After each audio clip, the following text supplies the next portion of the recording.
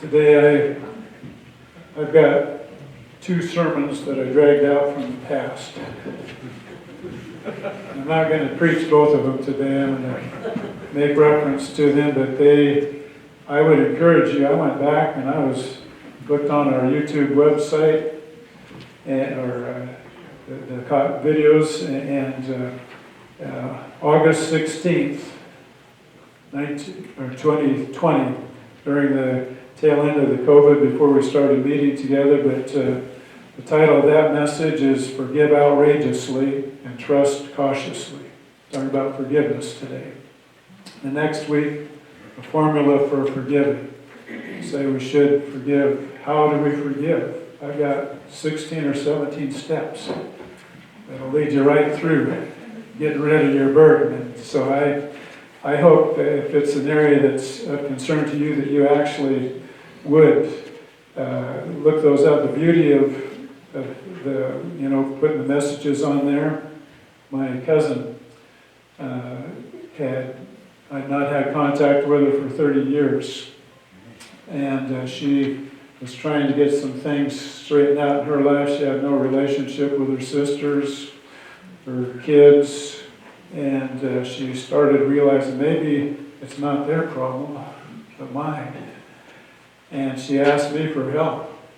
And I told her, first thing, go to the website, the YouTube site, and I want you to watch that one on baggage. We all have baggage. And then I had literally piled up, I think, 50 or more suitcases on my deck, which I was selling on Craigslist the next week. Thought before I get rid of those, I should use that as a sermon illustration. And I said, Vera, you've got some baggage. We've all got baggage. I start out the video with holding my little briefcase, say, hey, I want to be your friend. Let's get acquainted, but I have to admit, I do have a little bit of baggage. My little tiny teacup briefcase there, and then I point to the deck and say, oh yeah, there's a few more things piled up over my head, literally. And she watched that, and then I said, I want you to watch that formula for forgiving. And she said, I thought I had forgiven, but I realized I hadn't. One of the ways that I mentioned in that video that I am aware maybe I have not forgiven somebody totally is that when I hear that something bad happens to them and I rejoice, that's a sign I've got some bitterness, I've got some forgiveness that needs to be worked through. And she said, and there was a specific incident at a family gathering 30 years ago, which there were some misunderstandings, and she dated it back to that. But anyhow, she worked through that, and within a few months, her sisters, my cousins, were calling me and saying, man, Vera's calling, and we're getting along. We're able to appreciate each other.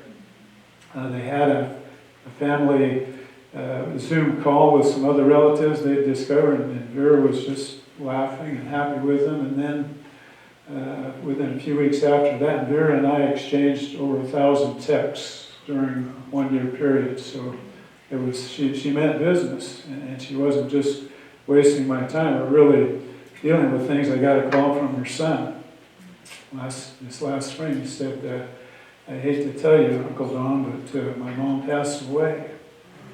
But before she did, she was able to clear up with her sisters and other people things that she was blaming them for.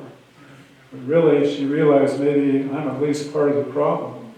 She would tell me messages she was sending, and I would say, that sounds a little bit like the old Vera. Maybe you want to alter that a little bit and quit being accusatory and self-defensive and just do you want relationship with your sisters, or do you want to prove yourself right and make your own case? She said, I want relationship. And she did that. I don't really know who Eminem and I can't remember who the other guy, two rappers had a big feud going. I saw this week that they had a friend named Dr. Dre who had a brain aneurysm or something, and he almost died. And they said, what are we being so stupid and at odds with each other? If these rappers, in their world, they can say, we need to forgive each other. They got together and they talked. They shared. And they buried the hatchet and they're moving on. Even if you weren't a Christian, the medical and psychological benefits of forgiveness are so great that even if I wasn't a Christian, I would choose to forgive. But we who are forgiven, totally forgiven, we need to forgive others. And so God, today, help us as we consider your truth, your life, as we want to climb up Sunshine Mountain, turn our backs on evil. That doesn't just mean all the vices and sins, but it also means turning our back on bitterness, turning our back on the things that are self-centered instead of you-centered, other-centered. So we need your help. Glory, glory. I pray that we could go out of here saying that since I laid my burdens down today in Jesus' name. Amen. So, what this lady said to me, this pastor from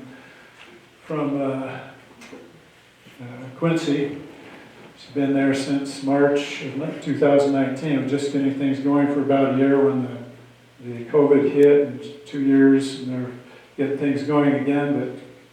But she said she was at a meeting in which they were bringing ordination candidates, young people that were wanting to serve in ministry, and they were going before the elders and the boards and telling why and being asked questions. They said there was a young woman who was going into children's ministry, and she asked Al Hulteen, who was a presbyter of many years standing, highly respected guy. She said, what advice would you give me as I'm going into ministry that will help me to succeed? What is the one thing that you think would be most beneficial to help me?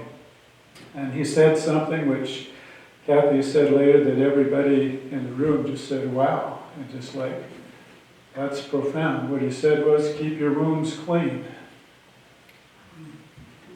He's talking about in the ministry or any of life, you're going to get wounded. But keep those wounds clean. And how do you do that? Well, forgiveness. In the Civil War, 2/3 of the people that died, it wasn't from dying on the battlefield, it was from diseases. Things that were allowed to, that were not kept clean, either the wound itself or other sanitation, hygiene issues. And I think the Church of Jesus needs to not only keep our wounds clean, but our lives and everything else clean. But there is a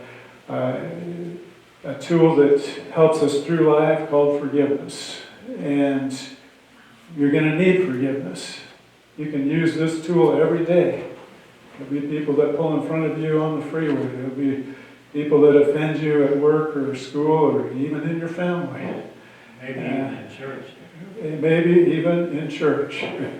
And that's but how do we cleanse the wounds? And so, first of all, I want to just, and again I say you ought to look that up. I preached this message every couple of years for many years, and more people have said that was helpful to me. It helped me just practically, in practical ways, deal with issues where I have bitterness, where I struggle in that way in my heart. And so the first message was forgive outrageously, but trust cautiously.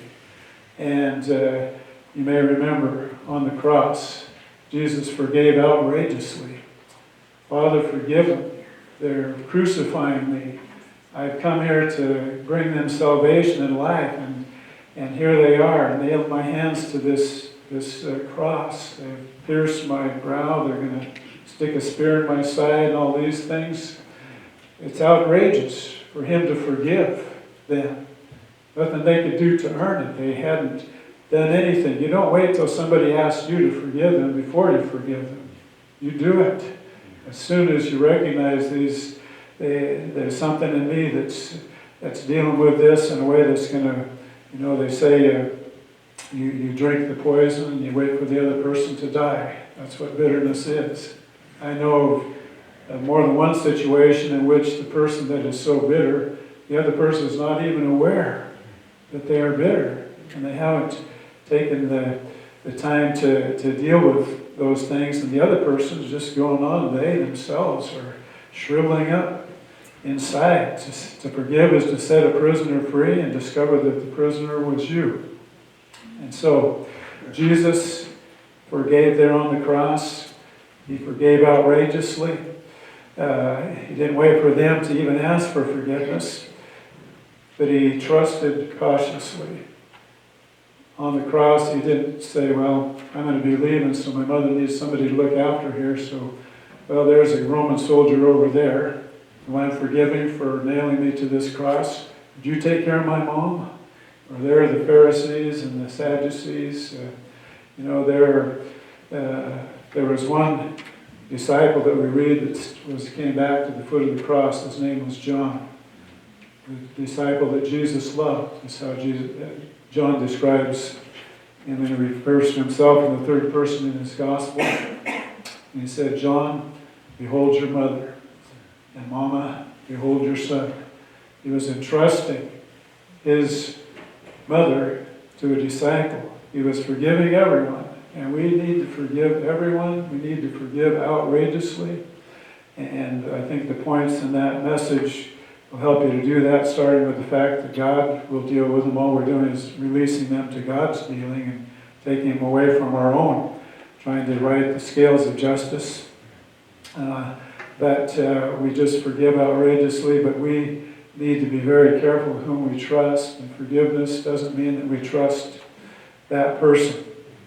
And there are steps on that thing that I handed out to you today, which I think it's in fact, I'll just quickly, the difference between trust and forgiveness. Forgiveness is just a gift. There's no strings attached. Not if you change, then I will forgive you. But as I forgive you, whether you want to be forgiven or not. Trust, they have to purchase trust. And the price may be clear. You may say, this, when I see this in your life or in our relationship, then that will give me reason to trust. Forgiveness is an act of mercy. You don't deserve it. Trust is an act of justice. They do deserve to be trusted here. Forgiveness is based on your character. Are you going to be willing to forgive somebody even when you don't feel like it? And your natural inclination is everything else. Well, forgiveness is a character issue with you. Trust is a character issue with them. Are they trustworthy? That's a character thing. And you don't trust, it'll do more damage to both you and them if you put improper trust in someone. Forgiveness is complete, deliberate. There's nothing more. It's not a delayed partial shipment here and there, but it's right there. Trust is something that has to be built. Forgiveness should be given promptly, immediately. Don't wait and say, well, after I get over, another week or two, then probably I'll be able to forgive. You forgive right now. That is for your sake, as much as for anybody else's. You may not feel like, and it may take a little bit to get to that place, but you better realize there is no excuse for not forgiving. I'm going to have to work that into my heart, that I'm going to give it promptly. Trust should not be given promptly, hastily. You need to wait. Forgiveness is a response to someone who has failed. Proper trust is a response to someone who is overcoming failure.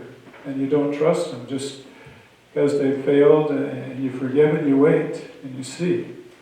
Forgiveness, whether or not change is demonstrated. Trust only if evidence of change is demonstrated. Forgiveness allows restored relationship. Trust allows restored responsibility. Now you can entrust them with things. Forgiveness is placing proper confidence in God. He will take care of this. Vengeance is mine. I will repay. I believe that you'll take care of it, Lord. The scales of justice are not in my hands, and the government is not on my shoulders, but you know. Trust is placing confidence, proper confidence in a person. Forgiveness, releasing someone from a burden. Trust is really placing someone under a burden. I expect this. of you. And as that is realized, then I will trust you. These are heavy revelations here. I can't remember how many of them I came up with myself and where I got it from others, but they are good. But it takes, you may want to think about some of these things after this morning. Forgiveness is releasing someone from a burden. Trust is placing someone under a burden.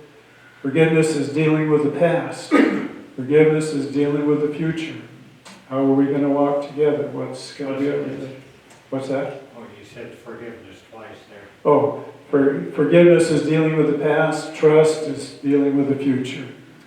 And to sum it all up, forgiveness depends on your decision. Trust depends on their decision. Heidi.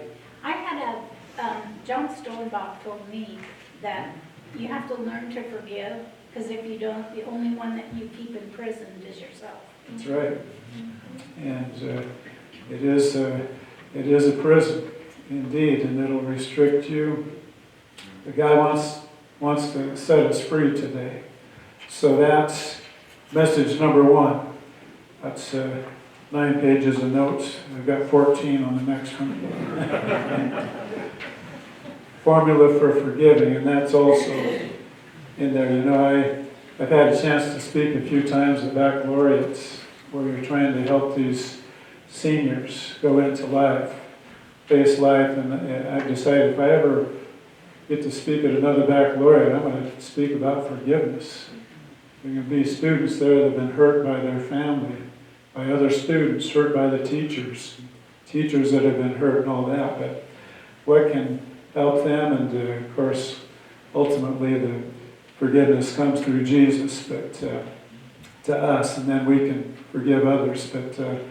But there is, you may have a tool that you purchase down at Home Depot or Harbor Freight or wherever you go, but if you don't know how to use it, what good is it? And so I built this little list to describe some things, what forgiveness is and is not, and I won't take the time. You can look at that.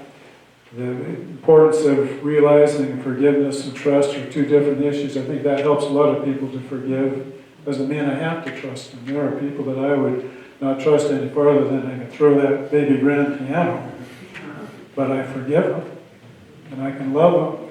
I may not pursue a relationship with them, but in God's timing, and depending on how willing they are for those things. But there is a formula for giving here, 17 steps, which I think you can look at that yourself. If you're watching online, email me and I'll send it to you. But I want to take all that time because I want to do a few more things here this morning. But the steps there, we tell people forgive. This is for you this morning, but this is also for you to take to somebody else that's dealing with bitterness, and they're asking you, how do I forgive? Well, 17 steps to forgiveness. And certainly you don't have to go through all of these things every time that you decide to forgive somebody, but I think there may be times when it's helpful. And the last things that I want to talk about in that regard, number 15, in tune with our message today, keep the wound clean. That's what will give you the most, help you get through ministry and life and everything. Keep cleansing the wound until it heals. Don't rub dirt in a wound. When you've been hurt, don't replay that offense over and over and over. Just rubbing dirt in the wound. Forgive them. There's cleansing that comes through that. There's opportunity there for you when you have been hurt. Verse number 16, direct your heart into praise and worship. That's not the natural thing when you've been hurt. And I'm going to begin to praise, but what it does takes your focus off of you, puts it back onto Jesus. We remember how he was hurt for us. He's forgiven us, and we need to forgive others. We focus on the healer instead of the hurt. And certainly there were a dozen things before this that are very helpful, but I think it really comes down to that. Keep the wound clean by not dwelling on it. First of all, you got to forgive for the cleansing to even start. And you need to keep forgiving. You need to keep saying when it comes up and you struggle with it, I chose to forgive that, and I will forgive again. I will keep forgiving, and the more that the enemy tries to bring it up and drag me down, the more I'm going to lift Jesus' name and praise and worship, the more I'm going to develop Christian character. I want to become like him. Paul and Silas had been hurt and wounded there in that prison cell, beaten and their feet in stocks, and they didn't dwell on the hurt. They dwelt on the healer.